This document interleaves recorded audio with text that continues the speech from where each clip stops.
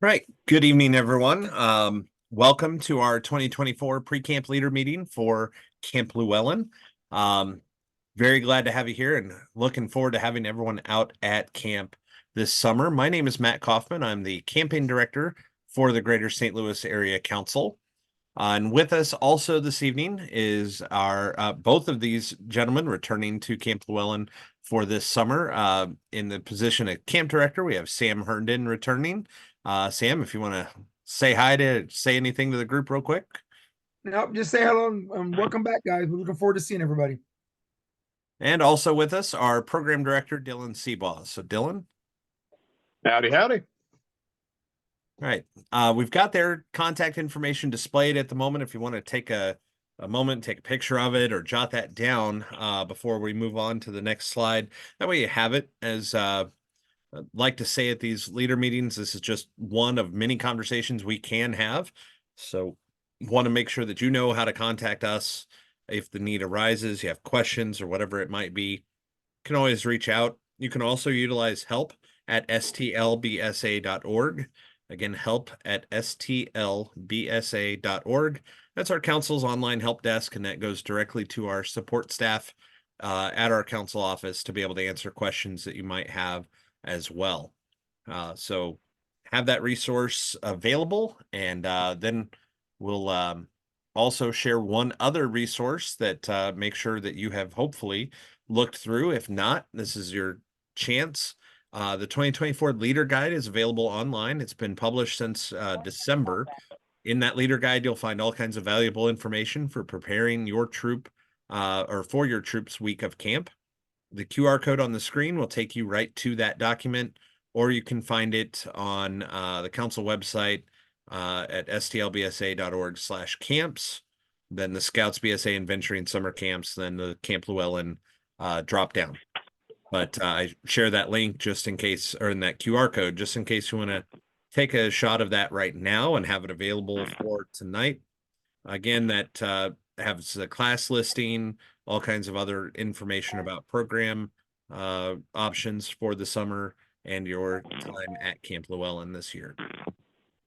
So I'll leave that there for just a moment. I'll kind of explain a little bit of how this evening will go.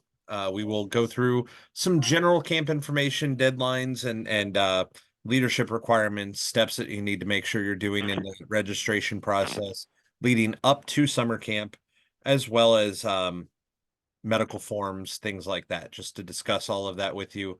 Then I will turn things over to Dylan and Sam to cover different program opportunities and happenings for this summer, to get more specific on the programs as they relate to Camp Lewallen, since they are the resident experts for that.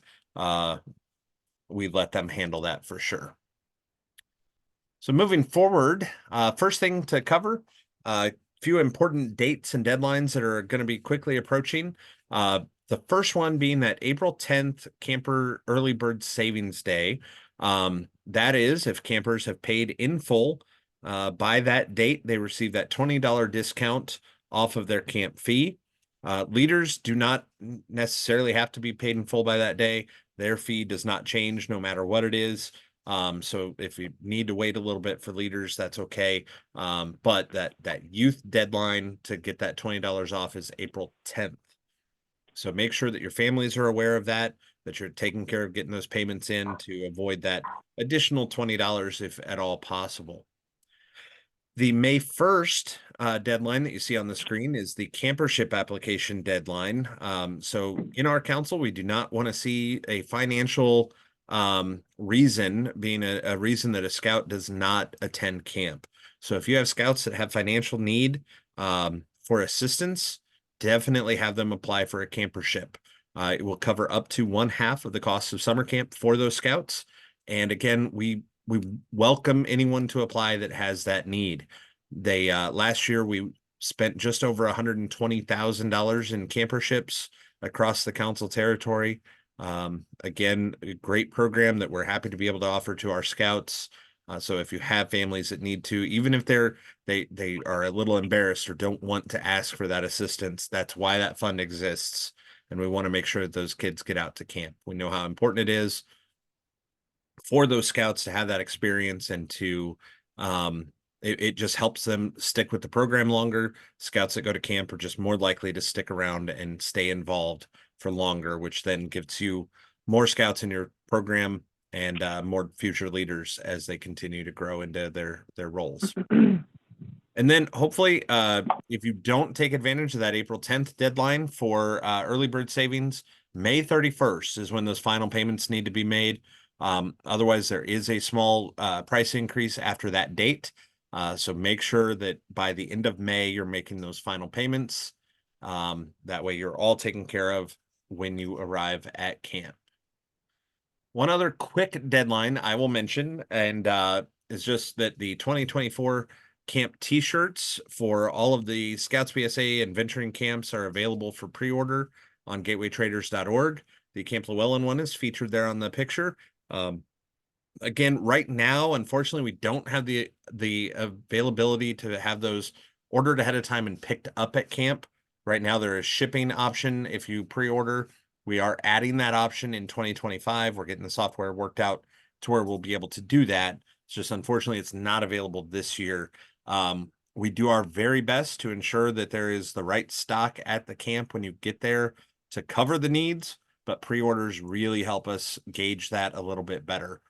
So if possible, doing that pre-order is the way to go if you're really concerned about having the right size when you get to camp.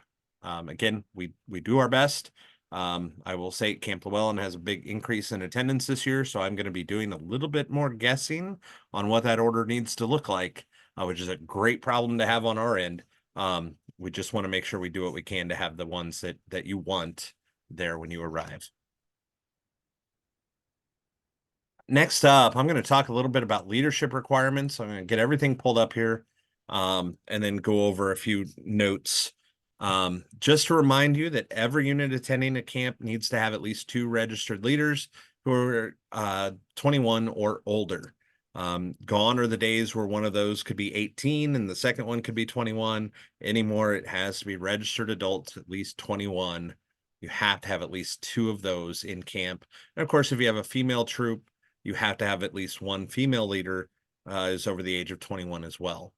One thing that is newer requirement is that must be registered in the unit they are attending with. So again, this is part of the newer rules and regulations that have came down from the BSA in recent years, that you have to be registered in the unit that you are attending camp with. That way it's known that the chartered organization and the leadership of that unit has approved you being there with those scouts. So if you have someone from another unit or say a merit badge counselor that's going to come out and camp with you, they have to also register in that unit. Any adult who is going to be staying overnight must be a registered member of the BSA as well. That was a new rule as of September 1st of last year. So make sure that you are taking care to get those adults registered well before camp. There is a small wait window when someone fills out an application, completes their youth protection training, and gets that turned in. There's a few days there where it takes for a background check to process, and they're now instructed. This was, again, new. I think this part, March 1st. There's a small window where they're instructed not to participate yet as a leader until that background check clears. So it takes a few days. So it's not like you can show up at camp on a Sunday, register, and be able to be there. So you've got to plan ahead a little bit more due to these changes that our national organization has made. That's why we're making sure that we spend a little time on it tonight to make sure you're aware of it. If you do have any concerns about meeting those leadership requirements for your troop, reach out to us, talk to Sam or talk to myself, and let us see what we can do to make sure that it will work for you, because we want to have every troop there that is signed up. We want everyone to have a successful summer while they're at camp. Quick question on fees: that can the Arrow of Lights that cross over take advantage of the $20 discount after the April 10th deadline? Yes. However, that comes with a caveat of you have to let us know that is the case with that scout, because the system will not know that. So it will not automatically apply that discount. So we have to apply it manually on the backside, which we more than happy to do. You can do that at that help@stlbsa.org email, or email myself. And we'll get it taken care of for you, or you can call one of the council service centers and we'll work through that as well. That way we can make sure that those scouts get that early discount as well. They will qualify for that. We won't penalize them for not being in the program yet at the time that the deadline came. Great question. I'm glad you asked it. Moving in, we'll talk a little bit about registration steps between now and summer camp beginning, just to make sure that you are all prepared and we have the information that we need. Right now, the biggest thing that you can do to be of great help is to make sure your numbers as they sit at the moment are as accurate as they can be. We can always add on, even if the system is saying something's full, we have some padding in there built in to where we can still add in. I know a couple of the weeks are pretty hefty, and we're going to make that work though. If you have extra spots that you had put in when you estimated your registration and you don't need those, the QR code on the screen allows you to submit those for deletion, so that we can clear those out. You can add spots as a unit leader in the registration system, but we have to delete them on the back side. It doesn't let you do that on your own. And then as we move forward, if you have refunds that need requested, make sure you're getting those filled out. That deletion form and the refund form are also on our council website at stlbsa.org/camps. You'll see a blue box across the top of that page. It says Camp Resources and Information. Click on that drop down and you'll find all of these relevant forms that we'll talk about here tonight on that site in that drop down menu. The other thing that is great to do at this point is to add names to any spot that you have reserved. So go ahead and make sure that those names are filled in. And a lot of you have done this already, but we'd like to mention it. But getting the names assigned not just to the youth spots, but to adults, and getting your adult spots registered as well, both full and part-time adults. One of the biggest reasons for these numbers that we ask for early is forecasting out food purchasing. So if the food distributor is not necessarily expecting a huge increase in orders if we don't tell them ahead of time. So our food service partner, food service consultants, works really well with us, but they have to start forecasting out some numbers for each of their weeks so that the company has everything on hand that they need when they order. So this is really helpful to get those done. Obviously, if a scout is paid up with the current payment schedule, you can start to get them registered for classes. So that's a big part of why a lot of you have already done this process. You've already got several signed up for classes. And then you also, one of the big things that is very helpful is submitting those special dietary needs, the allergy restrictions, medical restrictions, religious restrictions for meals. Again, you do that on the website in that same drop-down box. You'll see the special dietary request form. It's also linked in the leader guide so that you can get those submitted so our food service staff is prepared with the alternate foods that they need to have to meet the needs of a camper or leader. I will say if you have a very restrictive diet or have a scout who does, there are going to be extreme circumstances where we may not be able to meet those needs on our own, and we have to work with you to provide some space for storage or prep of food that individual may have to bring to camp. We do our best, but there are certain restrictions that are just too restrictive for us to be able to meet on the scale that we're doing everything. Had a question in here that I'm going to look up the answer to. So if you submitted a question about camperships, when I stop talking, I'll double check and then I'll type the answer in and everyone will be able to see that. Some additional information, a week or two or more, depending, before camp, you will receive just a quick Google form that we ask that you fill out. This will be emailed out to the registration contact on your reservation in the Black Pug registration system. And this is just going to be asking you some basic information about your week at camp, just to reiterate numbers, equipment needs, other program related things that is helpful for the camp staff, the camp administration to know ahead of time to better be prepared for your arrival at camp. So when that comes out, please treat that as important and get that responded to as quickly as you can. That's very beneficial for the camp administration to be able to have everything in place for when you arrive. I will real quick let Sam or Dylan cover kind of how camp arrival and check-in goes on Sundays. They know it much better than I for Camp Lewallen. Want to cover that, Dylan? Sure. So as far as the check-in process goes, usually the bar troop guides are gathered under a tree, ready and awaiting your arrival to camp.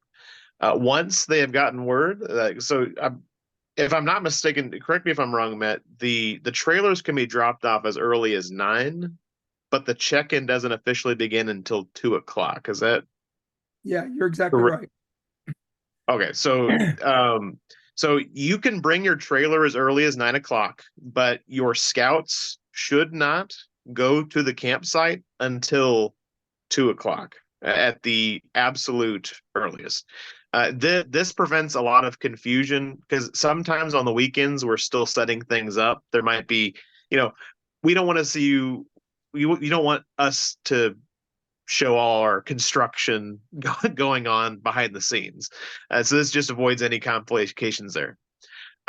Make sure you have all of your medical forms ready to go. Whenever you get to your campsite, first thing we'll do is make sure you have all the necessary equipment that you need. If for some reason there was some clerical error and there's not enough tents at the site, we'll make sure that they're provided and then eventually set up. Once you have the medical forms handy, and once we've confirmed that you have all the necessary materials that you need, we'll do a medical recheck. So we'll have a member of staff along with your troop guide kind of go over your medical forms to make sure a lot of the things in there is correct. And some things that'd be more pertinent and important to know at the pool will be recorded onto your buddy tag that will then be taken to the pool after you commit your swim test. So usually this relates to maybe if you have an allergy to bees or something of that nature, that'll be placed on the back of the buddy tag to make sure that if there is a medical situation that occurs at the pool, we can have readily available access to the information just from the back of your buddy tag. It just makes those quick seconds that could be more important a lot more on hand. But yeah, you'll be given a tour of camp, and included on that will be a visit to the pool for the swim test, as well as a visit to the dining hall. And the dining hall steward there will tell you how they expect the table setup and cleanup process to be. So just a few little clerical things will go, and I think I've covered all the main points of check-in. Is there anything else I'm missing, Sam or Matt? I'm verifying one thing. The question was asked, is check-in not start at 1? I'll verify that. It's either 1 or 2, but I'll just verify that. It's whatever the camp guide says. I was just doing the same thing. The leader's guide does list it as 1 o'clock is when check-in ends. So yeah, that 1 o'clock is the time that's published. So that's the one that Okay. Yep. Yeah, I knew it was either 1 or 2. I just wasn't sure which one it was. I was glad he asked it, because then it made me double check the guide. That's why I was trying to figure out how to do that without getting knocked off of Zoom at the same time. So I've got 2 monitors, and I still used my phone for that one because I didn't want to mess up and minimize something that I didn't want to. Go ahead. And one more thing, in addition to the check-in process, as normally is, after dinner there will be an adult leaders meeting at our Spring Hollow Pavilion. You'll be provided exactly where that is. And there you'll have a chance to be introduced to all of our area directors and answer any initial questions you might have. I will also provide a spreadsheet complete with all of the merit badges and their specified times that I have painstakingly put together through sheets. And again, any of the major questions that you would have immediately in that moment, hopefully we can answer right then and there, and any of the subsequent adult leaders meetings that we'll have periodically throughout the week. Great. All right. Moving on to our next topic, everyone's favorite, the BSA annual health form. Just to reiterate a few things, and then we've got a question on hold that I will be answering on the next slide regarding swim tests. So I'll cover that here after this one. So just hang in there and we'll get that one answered for you. Health forms, of course, are required for all attendees, and they have to be on the correct annual health and medical record that the BSA provides. So parts A and B of that form are simply a health history that are completed by the scout and his family or her family. And then part C is the physical examination. That part C, all of it, has to be on that actual form. You can't just staple a school physical to it or one done at an urgent care or something like that. It has to be on that part C. That's a requirement that we have as part of our national standards for running camps. So make sure that anytime you have a scout going for a physical year round, they take that part with them. If you are only attending for a period of less than 72 hours, you do only need parts A and B. So keep that in mind. If you have part-time adults, they just need that part A and B completed. And these all have to be completed within the last 12 months. So my example to explain it, it's good until the last day of the month, 12 months after it was done. So you might get a couple extra weeks. So an example, if last year in 2023, you had a physical on June 15th, that is good until June 30th of 2024. So if you took that in June last year, you will still, and are attending camp in June this year, you're still going to be okay. But if it was any time prior to June, you're going to need a new one. Or if you're attending camp in July, you would need one. So again, it's 12 months plus that little bit till the end of that 12th month. And it's very, very beneficial for you and for the camp staff, for unit leaders to take some time and check these for completion before you arrive at camp. We don't want to have to send someone out to a facility to get corrections made or have signatures missing and track those down or whatever it might be. The BSA has created, and I didn't know this until earlier today, they have created a safety moment, which they have a whole library of safety moments on the national website. One of them is looking over these and what to look for and what might be missed. So I would recommend, if you're not familiar with the process, to take advantage of that and make sure that you're getting that taken care of. Had a question last night and one that looks similar tonight regarding the immunizations. The one immunization that is required is the tetanus shot, that you have to have at least within the last 10 years a current tetanus shot. The others are recommended. If you have a record of that, it can be attached. The immunization record can be attached to that. It doesn't necessarily have to be filled out on that form. The health examination by the doctor does have to be on that form. So as a leader in particular, if you're attending and you don't think you have a current tetanus shot, get one. That most of you can get those a lot of times at local pharmacies, health departments. That's where I got mine at the health department when I needed a new one. But yeah, make sure that those are on there or attached, as those shot records can be there as well. All right. Let's go. Oh, one other comment on the health form. As adults, we need to also be aware that this form is saying that we can participate in every activity at camp, no restrictions, or there are sometimes those listed with restrictions. So I want to make sure that you're aware of that and take that seriously. there are some of us adults that should not do very strenuous activities. I, for one, know my limitations, and I'm not going to go do some crazy amount of hiking in a day that I'm not prepared for. Things like that are really important. We don't want to have any medical emergencies that could have been prevented by someone taking the right care and knowing their restrictions ahead of time, knowing their limitations. Someone also just made a very good point of don't forget to attach the copy of the health insurance card. That is correct on these forms. You should also be attaching a copy of that insurance card. That can become very helpful if you do have a situation where someone has to go to urgent care or the emergency room, to have a copy of that already on hand. So make sure that that is taken care of as well. All right.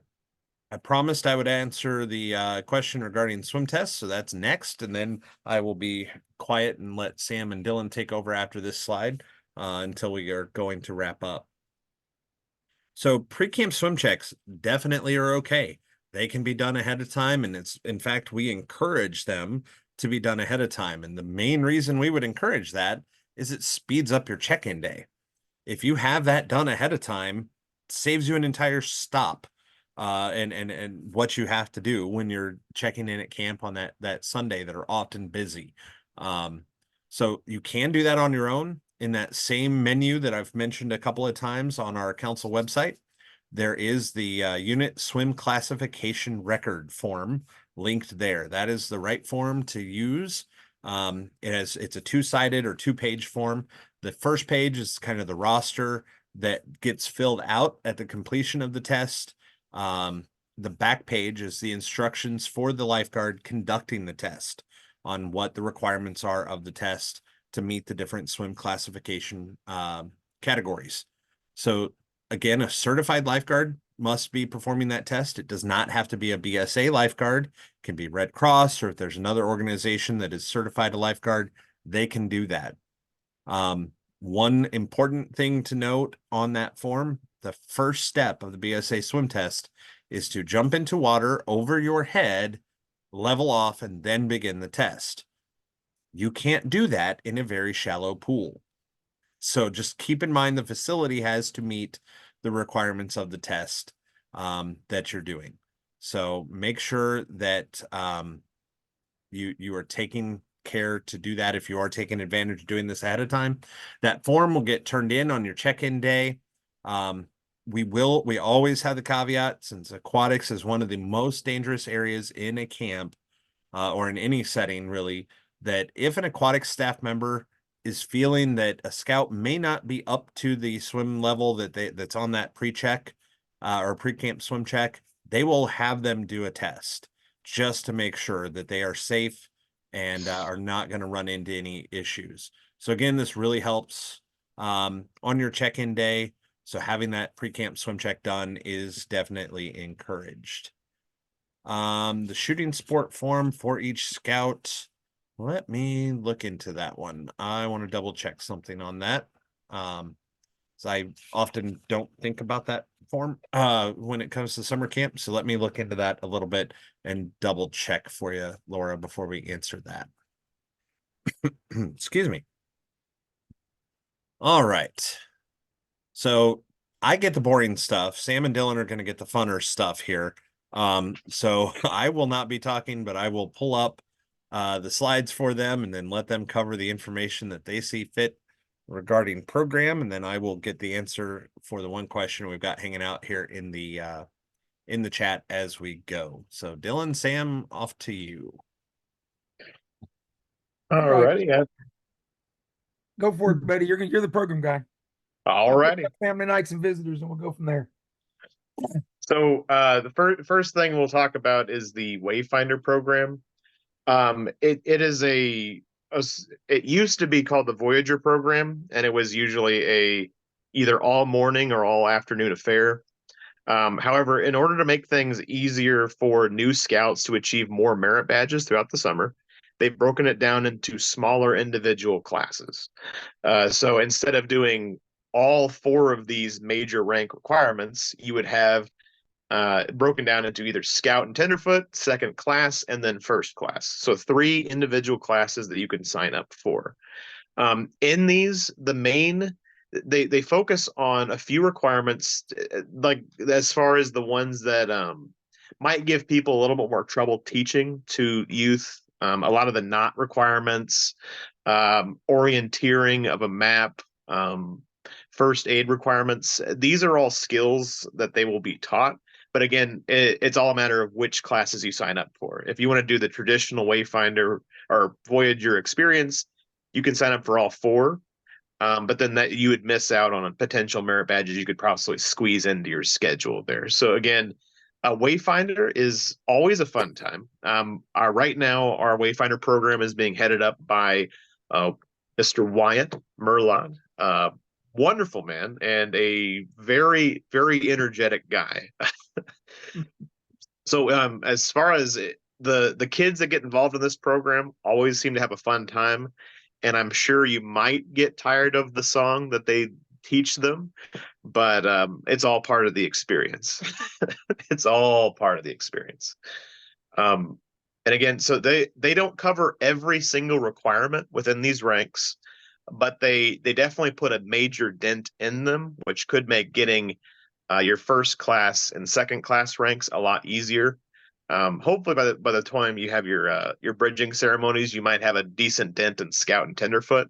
But second class and first class have a lot more hurdles to jump through. So definitely consider enrolling your scouts in that program.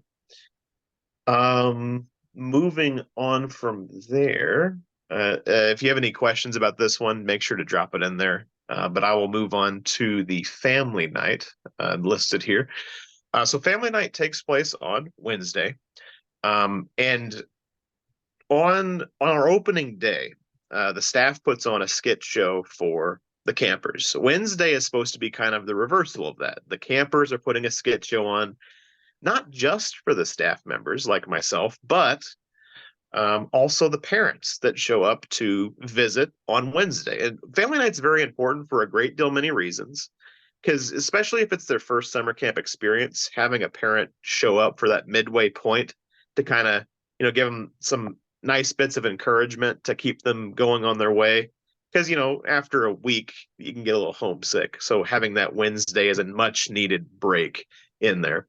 But part of the Wednesday night program is a skit show put on by the youth. So, sometimes the acting leaves some to be desired, but it's all part of the fun. I mean, the same can be said for our skit program sometimes. Not every joke lands. Not every joke lands, I will say.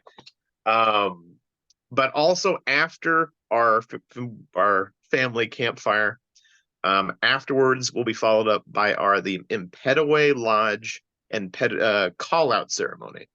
For those, usually the requirements for it is you're supposed to be first class, have a certain amount of camping nights, and it be your second year at summer camp. And you get enrolled into it. There's a whole huge ceremony put on, and the Impedaway Lodge always goes all out. So definitely, if some of you might have a longer drive home, so you might want to leave a little early right after the family camp. But if you've never seen the Impedaway Lodge ceremony, definitely stick around to check it out. Next one here, specialty programs. So a few things. Last summer, we had 2 different float trips. So we had one overnight float trip and one morning full float trip.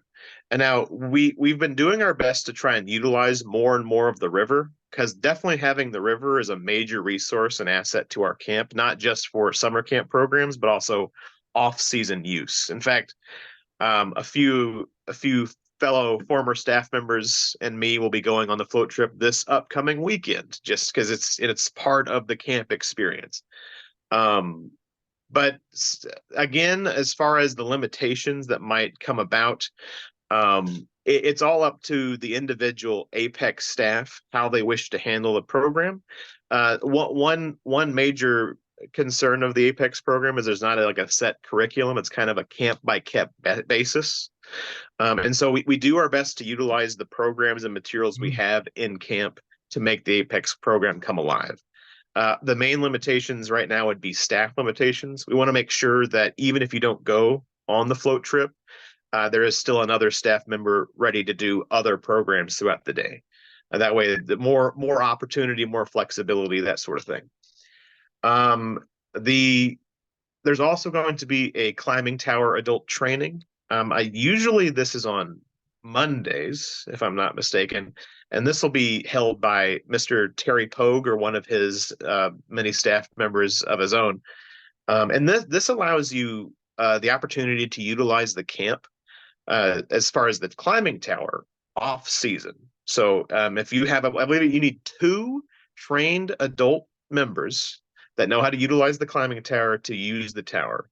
So by having 2 people trained in it allows you in your troop to use the tower year round. And not only does this make Terry Pogue happy with the tower being used, but it also makes the staff members of Camp Lewallen, not there in season, feel happy knowing that the camp is being utilized year round. Because, you know, we want to make sure our camp feels all the love it needs. Our Dutch oven cook-off. There's a few questions with this one. It's been different days. Usually we've been holding it on Wednesday. And usually how it goes is you're allowed to put in 1 meal and 1 dessert. And I will try to be one of the judges if I can. And a lot of the dishes have been spectacular. So definitely participate. And at the end, you'll get an award presented to you by the Scout Craft staff. Hold on, I want to check the questions real quick. Okay, there was one question. Will OA callouts from other lodges be included on Wednesday night? Yes. So we have been host to both Nishikatan. We've been host to Shawnee members. We've been host. The main thing that we have to make sure of, each lodge has their own traditions that they do for their new initiates. So all you need to do is make sure to talk to one of our 2 OA coordinators, and we can make sure that whatever traditions your lodge utilizes can be adhered to. Let's see. Our troop needs to get 2 members trained on the tower as we have scouts leaving that have the training. How and when can we get this done during camp, or does it need to be done at a different time? Hold on. Let me read that really closely again. I'm typing an answer to it, Dylan. If we want to, I'll get it answered for you here. Okay. Yep. Now, as next up is our, just so we can keep the ball rolling here with our specialty programs part here, the ATV program. We have 2 sessions, one in the morning and one in the afternoon. We need to make sure. One problem we've had in the past is we only have 1 staff member assigned to ATV. So we want to make sure that we have additional 21-year-old supervision there. So that way we're compliant with YPT, because sometimes we might have only 1 person sign up for a class, and we don't want just a 21-year-old with a youth. So if any of you are available and interested to make sure that the ATV program is properly supervised as far as 21-year-old YPT is concerned, please do. The participants in that program are required to have long pants and a long shirt. We do have helmets that they can utilize, and I believe gloves as well. But make sure, and we have some pants and long shirts, but it'd probably be better if they brought their own, just to make things easier on them there. And that's as far as specialty programs. Are there any other questions that I can? Yeah, there's one more in there that you can cover on the float trips. Okay, so are the float trips only for the Apex group? Again, this will be entirely decided by the Apex staff that we have. Each Apex staff has a different way of handling things. I know last summer we offered for the Apex float to be open to anybody as long as they were of a proper age. I think the age limit they had set for that was like maybe 14 or 15, if I'm not 14. mistaken. It was 14. Okay. So Well, and it's our limitation is also driven by the number of kayaks we have available. yes. Last year, the overnight float trip, they started out with all Apex. If there was any openings, they would fill the kayaks, and then they reversed that on the day float.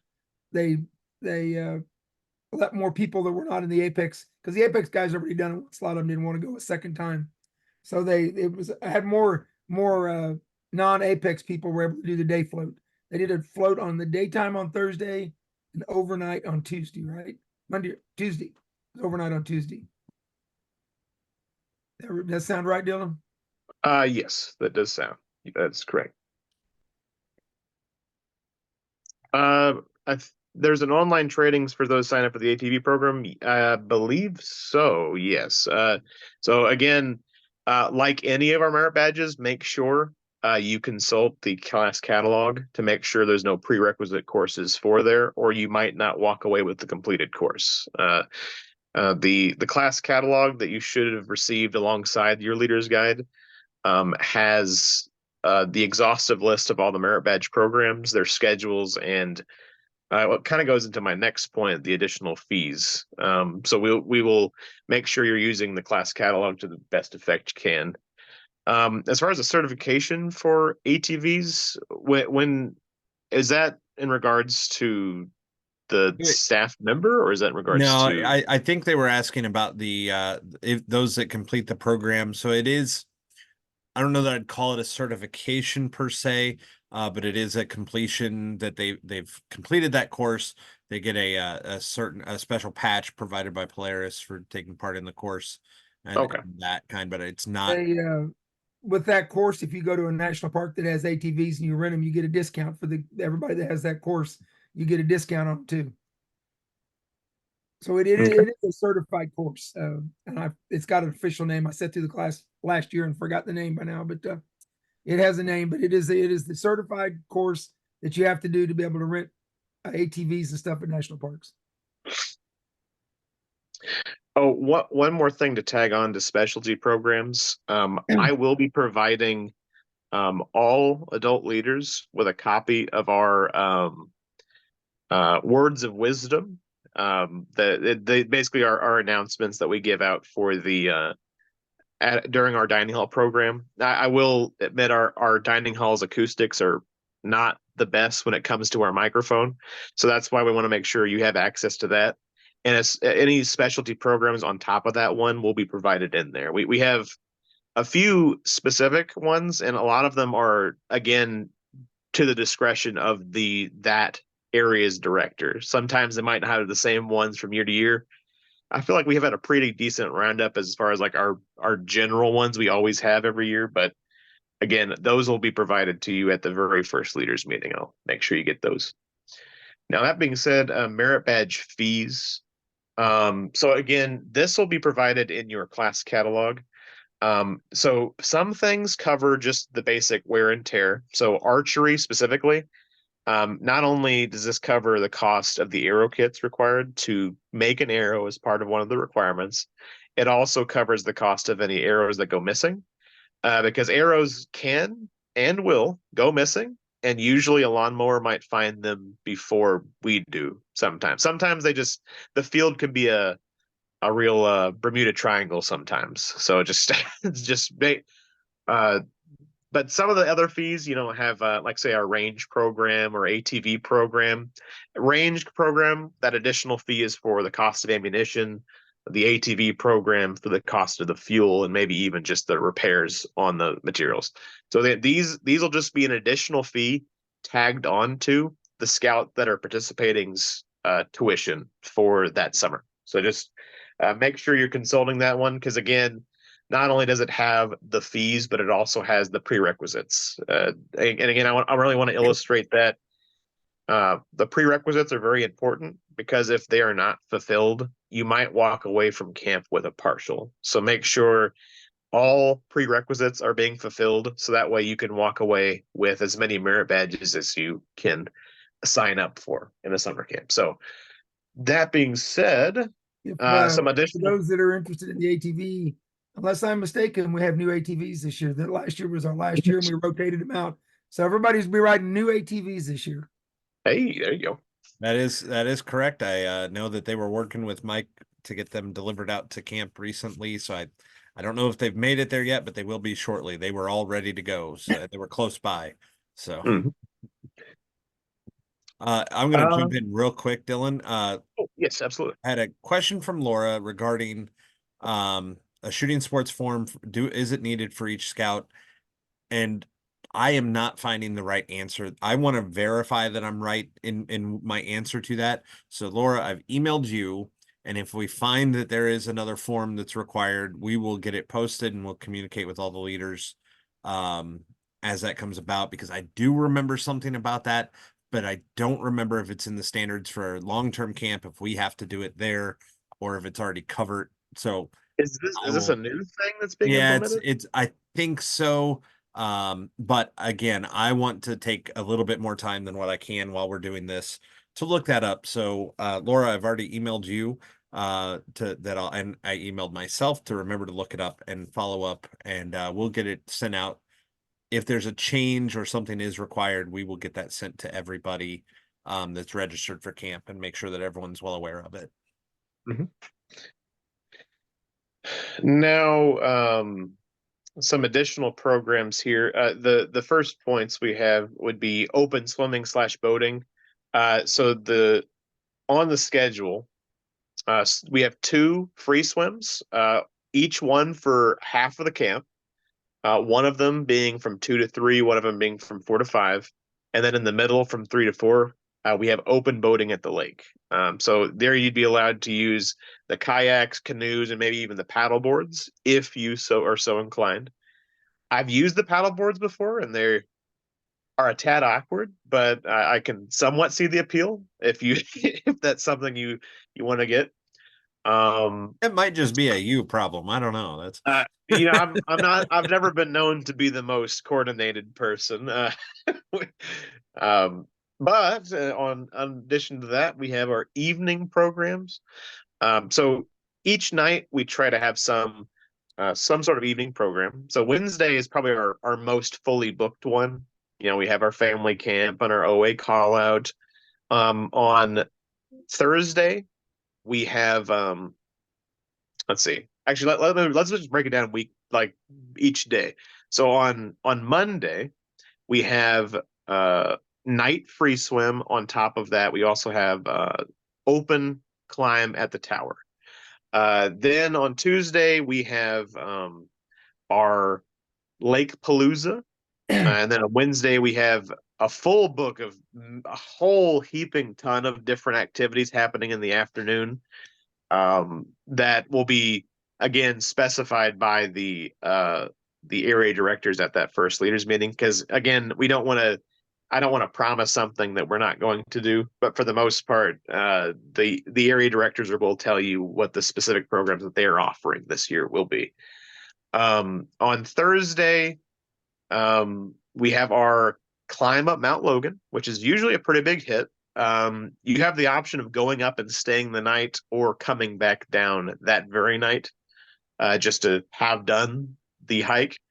There is a brand new to camp, an Adirondack that has been installed at the very top of the mountain, and I've yet to see it with my own eyes, but I hope during the eclipse in 2 weeks I get to see the eclipse from the top of there. That'd be very cool. But again, more opportunities, more improvements coming to camp, so it's always good to see. And then on Friday we have our closing campfire. I forgot to mention on Sunday we have our opening opening campfire. So there's our full list, our full book schedule as far as our night programs go. So we try to keep things as entertaining. I will admit, if you don't go up the mountain on Thursday, you at the very least can have a very relaxing night. Besides the Mount Logan trek and maybe our Wayfinder campfire, there's not a lot of major events booked at that time, which for some adult leaders might be a nice bit of respite before the end of the week.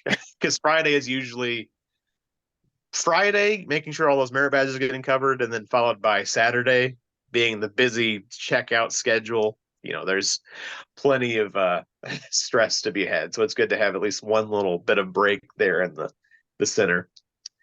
With that being said, I guess the last thing would be staff opportunities, is there another question?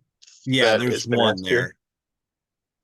Will the relay on family night be from the lake to the pool? Yeah, I believe the Tuesday is usually Lake Palooza, whereas Wednesday is the water carnival. So the Wednesday one would be from the lake to the pool. So yes, that'd be the answer to that one. It's definitely our water sports are probably our most popular events that we have. Well, me and water have a delicate relationship. I cannot discount their importance to our camp, and not only just for the resources we have available to us, but also the fun that the scouts have. Um, I love that I've over Dylan doesn't like water. I'm a rescue scuba diver, so I'm just the opposite. I live in water. yeah I've conquered my fear of water. It's just now we just have this uneasy alliance. Now that's my that's the best way I can put it. Well, I'll cover Yeah. staff opportunities. All of our staff are 15 years old or older by the time the camp starts. Um, there are still opportunities at all the camps. All the camps have openings. And you can apply those where you can apply online at. In our case, camps in particular, we have 3 openings. We need an ATV director who has to be over 21, and we have 1 opening in the Apex program. We'd like for that person to be over 21. Ideally, that person would be even better if it was a female. So we have a female over 21 on the trips, so we can have the girls go on with us without having to get leaders out of camp. We will take anybody over 21, and we'll even take an 18-year-old if we have to. We do have a 20-year-old, but we're really looking for a 21-year-old for ATVs, and then Apex a 21-year-old. And if I had a female apply, she'd have a job right now. So if you know anybody in your areas that would like to come do that, those are the openings we still have. Would really like to fill them. I know, talking to the other camp directors this afternoon, there's still a lot of openings. So, and some of the camps have a lot of openings. So jump on there and see what they can find. If you've got any older scouts, it's a great way to fire them back up and keep them involved in scouting longer. You get them on camp staff and keep them rolling at least till they got high school. I apologize. I'm just getting over a cold and my voice is about shot. So hope everybody can understand me. Any questions pop up? Not yet. Okay. That's all. Sure. Yep. So if you do have any additional questions, you can start to get those typed into the Q&A box there. I will reiterate what Sam just said. Camp staff is it changes the individual that participates and that is a camp staff member. Especially, I came from working at a smaller camp when I was younger. So I have a similar background to what those that work at Camp Lewallen have, where it's a very tight-knit group. I have some of the best friends that I have in life today. I first met when I was working camp staff just over 20 years ago now, which I hate to admit it was that long. But definitely it is a life-changing experience for those individuals that do it. They will get so much out of it. They'll grow as individuals while they are there. All kinds of great benefits for doing that. So definitely, if you have scouts that you think, and obviously as leaders attending camp, what makes a good staff member, what they look like, what their attitudes and behavior is, so who you could recommend. And especially in those more difficult to find roles, if you do know those people in that 21 or older group, then let us know and we can definitely help you out there. Boy, that's a good question, Christina. Do you know which campsite you're in off the top of your head? Because I'd have to look it up.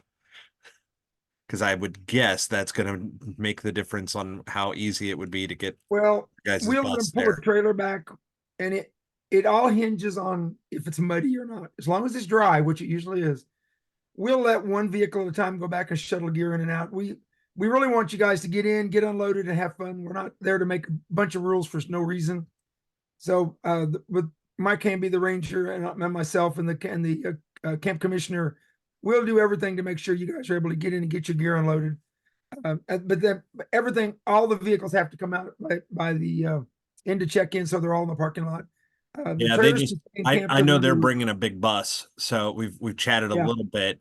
And I'm gonna answer in the Q&A real quick to her, and we'll get a better answer to you after. Yeah, Big old your big old bus, yes. yes. I will say as the camp director, that it's I always tell my guys on staff that when we're asked, can we do something, our first response is always yes. Then we'll figure out how we're going to do it, but we'll do it. All right, we're there to serve you guys. We want you to come and have fun. I like to think that attitude last year was some of what led to our increase in attendance this year. I think good food in the dining hall probably had a lot to do with that too.